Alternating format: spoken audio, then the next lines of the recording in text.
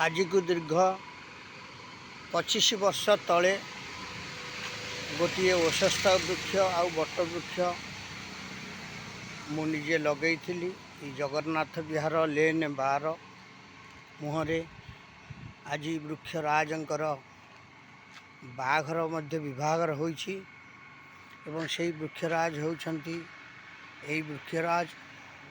तेणु आज समस्त से मनोवांछा पूर्ण करुँच। बहुत लोग आसिक मानसिक करती एवं तांकर मनोवांछा प्रभु पूर्ण करती एवं से माने भक्त मानकर मनस्कामना पूर्ण हो गला पर से माने कहती तांकु टिके गाधोई देवाई एवं नूतन वस्त्र पिंधाई तांकर सब विधि अच्छी से विधि हिसाब से तांकु पूजा करा जाए एवं गाधोई दिया जाए एवं बसन मध्य पिंधि दिया जाए।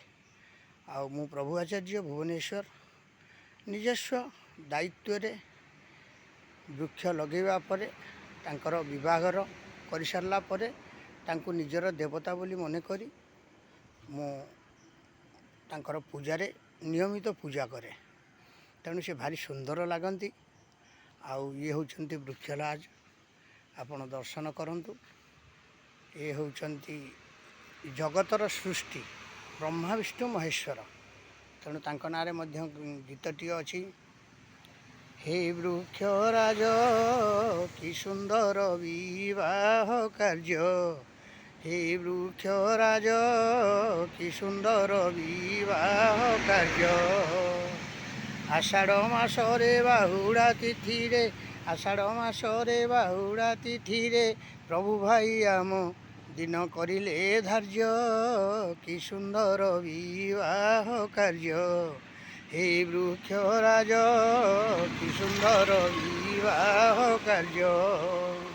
से वृक्षराजंकर आज जड़े भक्तर मनोवांछा पूर्ण होली से आज तांको बसन पिंधई एवं स्नान करैचंती।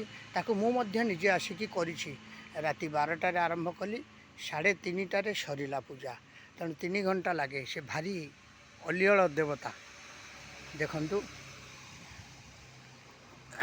मु प्रभु आचार्य। तेणु ये देखंतु ये रास्ताटी होछि आमर संयोग करिथिबा फायर स्टेशन नु माने कलिंग स्टूडियो को। किंतु आपण माने लाइक शेयर सब्सक्राइब करेंगे। देखंतु ये रास्ताटी कलिंग स्टूडियो को लगी। जय श्री जगन्नाथ, जय श्री जगन्नाथ, जय श्री जगन्नाथ। आपण माने लाइक शेयर सब्सक्राइब बहु मात्रा रे करंतु। मु प्रभु आचार्य भुवनेश्वर। जय जगन्नाथ।